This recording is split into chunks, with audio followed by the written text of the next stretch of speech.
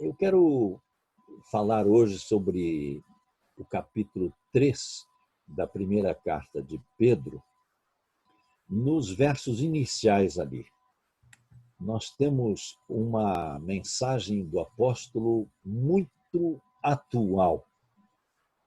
A gente dá o título aí, Lar Docilar. E aí logo vem uma pergunta assim, né?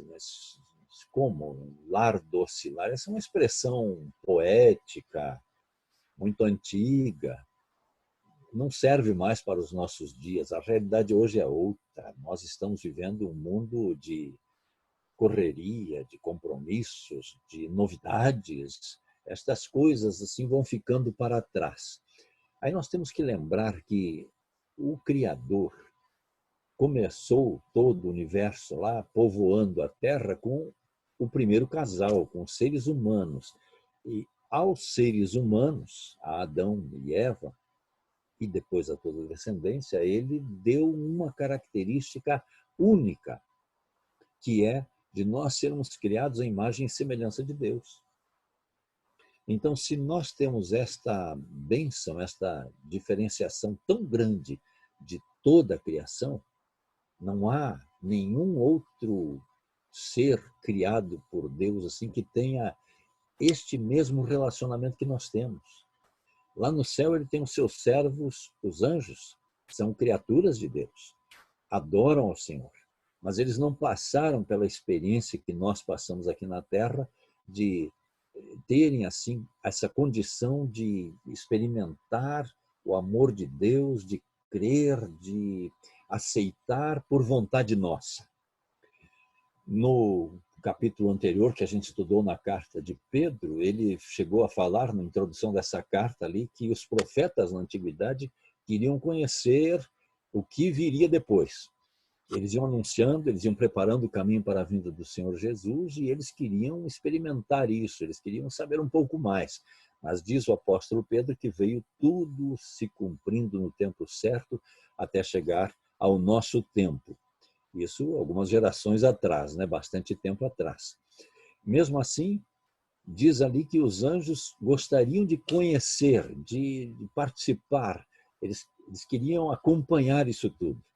E alguma coisa ainda está reservada para nós, que um dia lá, na eternidade, então sim, os anjos vão conhecer todo o plano de Deus nesse ponto. Para nós, então, há uma bênção muito específica. Nós somos criados por Deus à imagem e semelhança dele. Isso deve mexer conosco a cada dia para nós pensarmos assim, a minha vida é importante nas mãos de Deus. Ele me fez a imagem e semelhança dele. E se ele fez assim, e ele organizou as coisas para que nós vivêssemos em família, em casa, em um lar, e também não só o lar inicial aquele, mas todos os lares que foram se seguindo, ele deu o princípio ali, o homem deixa seu pai, sua mãe, une-se à sua mulher, então eles são agora um novo lar, eles são como se fossem um só. Isso vai se multiplicando pela terra toda, até em obediência ao que Deus disse, vocês devem ocupar a terra. Então é possível nós sermos lares dentro do plano de Deus, portanto, lar docilar. Mais ainda, se estes lares já são tão significativos na nossa vida aqui na Terra, no nosso relacionamento como famílias, vamos pensar agora que nós temos uma porção de outras pessoas à nossa volta, nossos vizinhos, nossos conterrâneos, os forasteiros, os estrangeiros, as gerações, os tempos que vão se acumulando. Então, é uma multidão. E essa multidão também é chamada para compor uma família espiritual, uma família em Cristo. Então, os dois grandes pontos da criação de Deus, que são a nossa situação como seres humanos, a família, e depois nós como seres humanos em relação com tantos outros aí, a família cristã, a família em Cristo, a família espiritual, são obra do Senhor. Se são obra do Senhor, dão certo. Então, nós não podemos dizer assim, essa questão de lar, docilar, é só um sonho. É alguma coisa para funcionar. É assim que deve ser o normal, é o princípio. E a igreja também. O papel da igreja no mundo, ela é perseguida, ela sofre todo o tempo, mas ela tem a sua garantia no plano de Deus de ser aquilo que Deus quer. E exatamente porque o lar da família humana e o lar das famílias em Cristo Jesus, a família em Cristo, a família espiritual, se são plano de Deus, sofrem o ataque direto do inimigo. São os mais atacados. Nós acabamos de cantar ali que nós devemos nos preparar contra o inimigo arrojado. Nós devemos estar bem preparados. Inimigo arrojado mesmo, inimigo que não sossega, não para, ele fica todo o tempo em cima da família e em cima da família em Cristo. Ele fica perseguindo, tentando a nossa família, ele vai trabalhar na nossa casa e ele vai trabalhar na nossa igreja, no nosso grupo. É normal isso, né? Vamos ver então como é que começa o capítulo 3 dessa primeira carta de Pedro.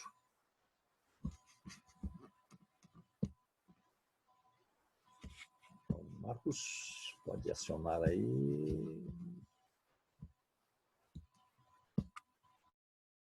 Vamos para o quadro seguinte, então, né? O capítulo 3, o verso 1 e 2. E diz assim a palavra de Deus.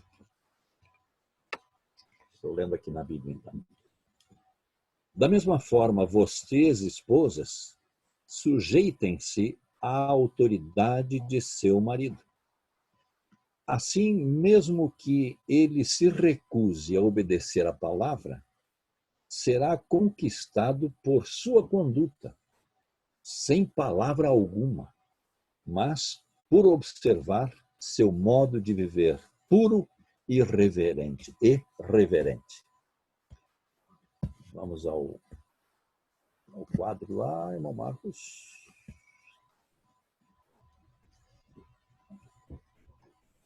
Então, nós temos o segundo, os versos 1 e 2, que vão falar especificamente agora para as esposas. Deixa eu ver aqui, irmão, só um pouquinho. O que eu tenho que fazer aqui?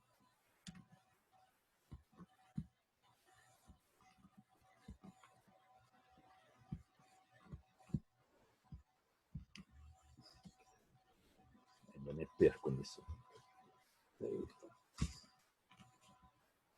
Bom, não estão ouvindo? Vão acompanhando aí, né?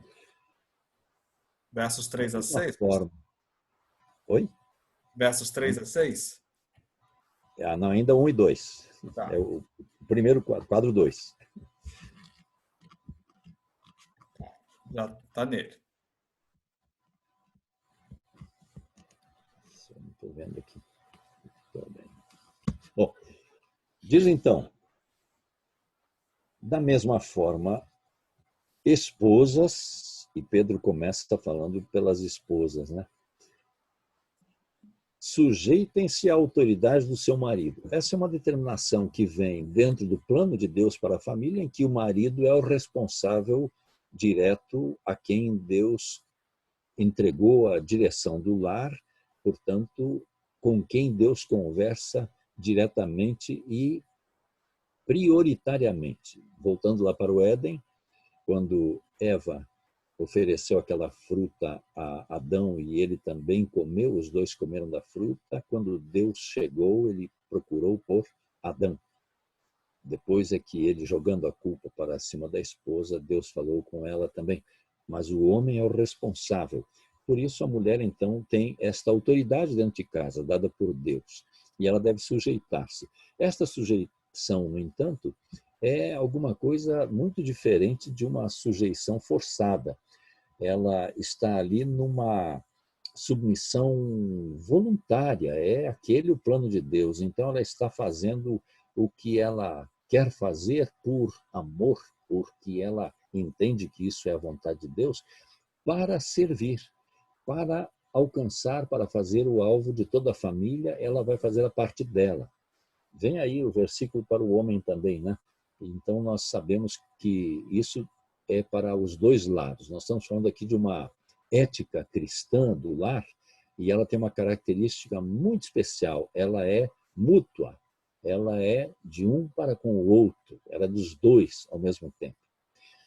Não era assim no tempo em que Paulo viveu e quando Paulo escreveu esta carta. Naquele tempo, tanto a doutrina grega como a própria judaica, dentro do judaísmo e do Império Romano, a mulher não tinha condição alguma, não podia pensar por si, decidir por si.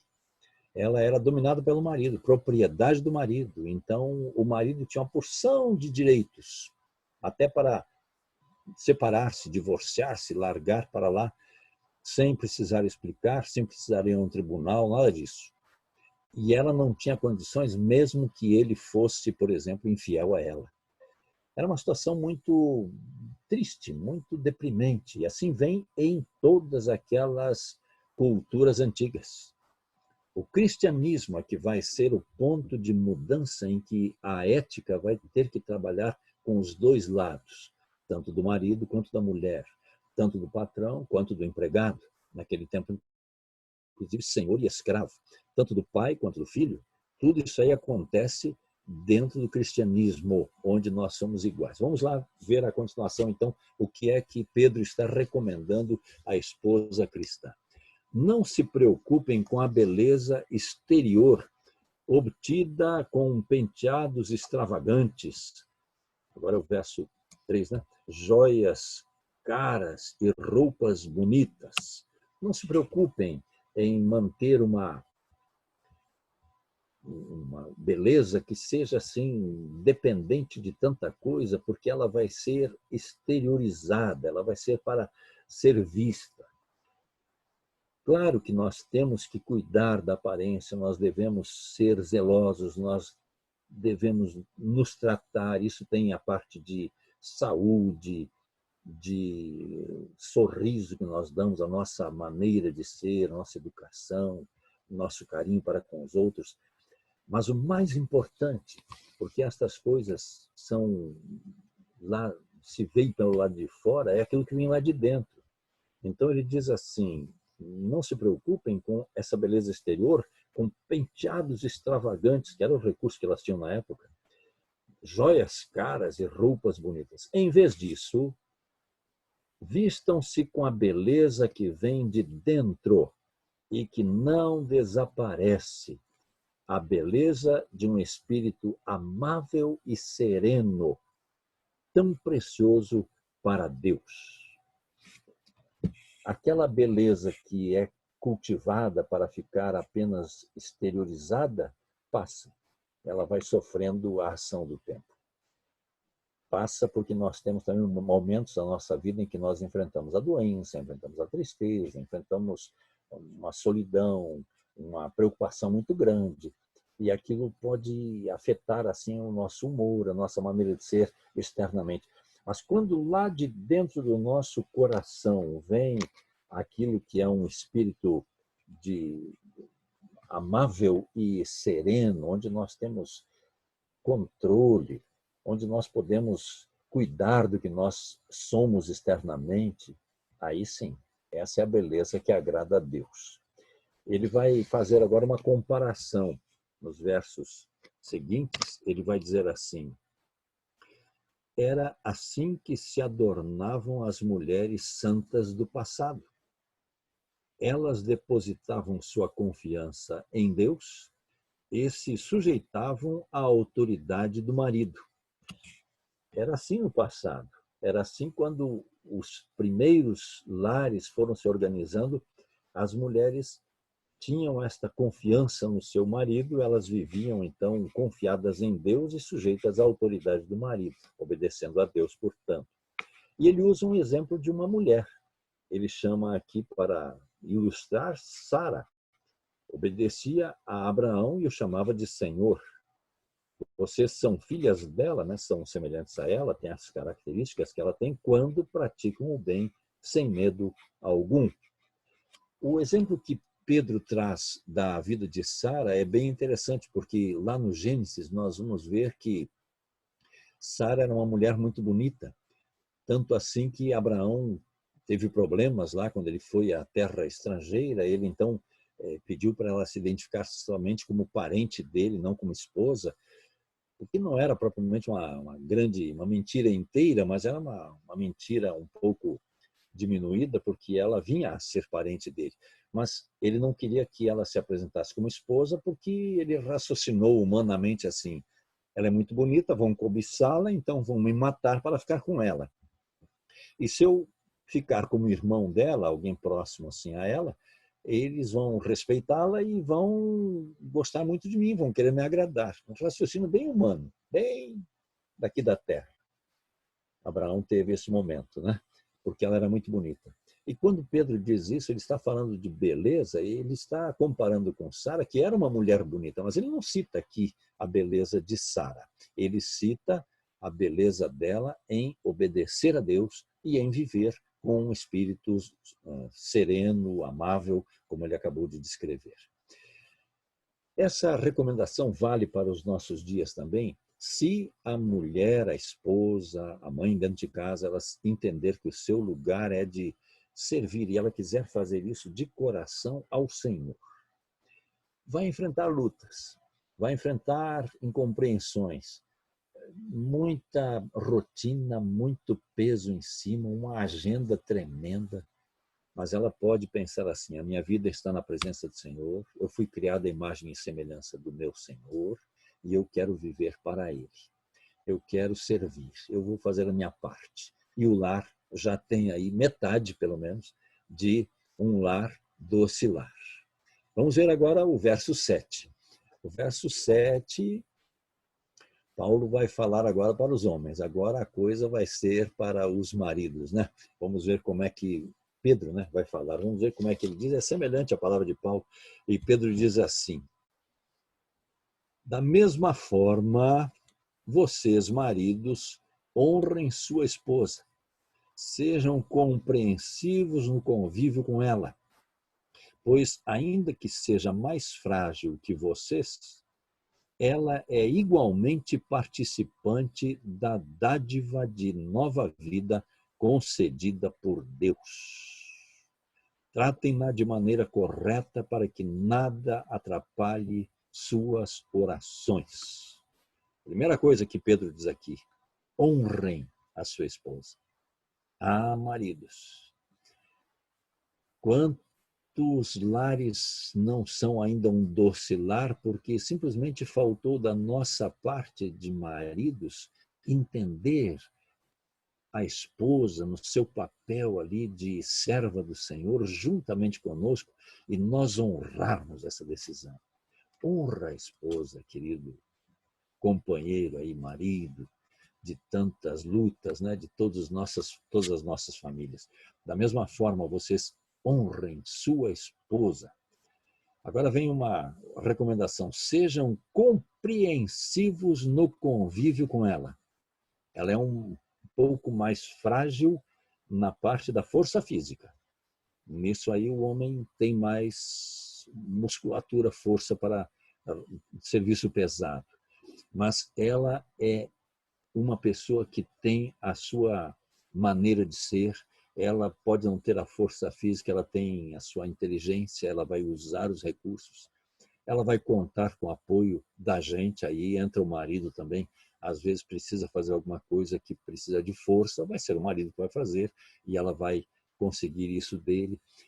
Mas o nosso convívio, o dia a dia, que bom que esse tempo de isolamento nos fez pensar muito de perto no convívio direto, completo, convívio dia a dia, em que nós não temos assim que, por alguns instantes, estar juntos, mas convivendo ali. Por quê? Porque nós vamos percebendo a beleza que é um lar onde marido e mulher se entendem como servos do Senhor. Convívio. Saibam, honrem a sua esposa compreensivos no convívio com elas. E agora, com ela, né, com a esposa. E agora vem uma recomendação aqui que é a maior de todas. Isso acontece porque ela é igualmente participante da dádiva de nova vida concedida por Deus. Ela é tão preciosa diante de Deus. Ela é tão valiosa, tão útil para a obra de Deus, como o homem. Diante de Deus não há essa separação de alguém que é mais importante. É interessante que aquela situação das nações antigas ainda refletia isso. Elas, por exemplo, tinham muito de o homem ser o que dirigia o culto, a sua divindade que fosse, e a mulher como uma adjutora lá, alguém apenas observando. Assim era com os gregos, assim era com os romanos. A gente vai ver na história, a gente vai ver os nomes dos homens, e os nomes das mulheres ficam, de vez em quando, aparece alguma questão política, uma rainha, ou por sua beleza, alguma coisa assim. Os judeus também. Na sinagoga, e até hoje nas sinagogas ortodoxas, a mulher não tem o mesmo alcance ali dentro, a mesma liberdade do homem. Em algumas sinagogas, elas chegam a ficar separadas por um véu, e o cristianismo eliminou isso tudo aí.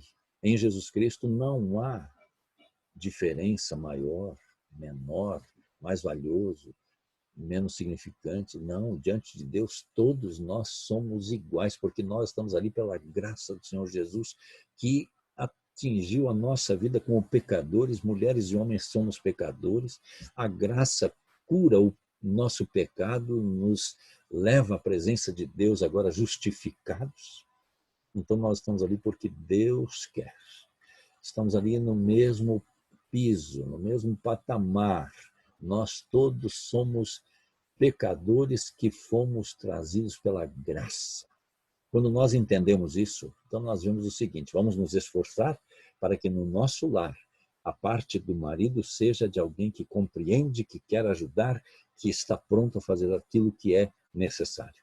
Da parte da mulher, ela vai caprichar também, ela vai fazer, ela vai servir, mas ela vai fazer isso sempre lembrada que é uma serva de Deus, e o homem que ele é um servo de Deus.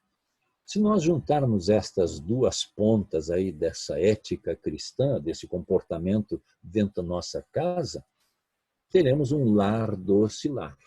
Teremos um lar abençoado por Deus, onde todos se comunicam, todos podem viver a sua alegria e em paz. E na igreja também, porque o lar vai se multiplicar nos relacionamentos que nós temos como família em Cristo. Da mesma forma, todos servindo, todos compreendendo, convivendo e todos entendendo que estamos ali pela mesma graça dada por Deus. Que seja assim na vida de todos nós, que o exemplo que Pedro traz para nós aqui seja lembrado por nós a cada dia. Deus abençoe a todos.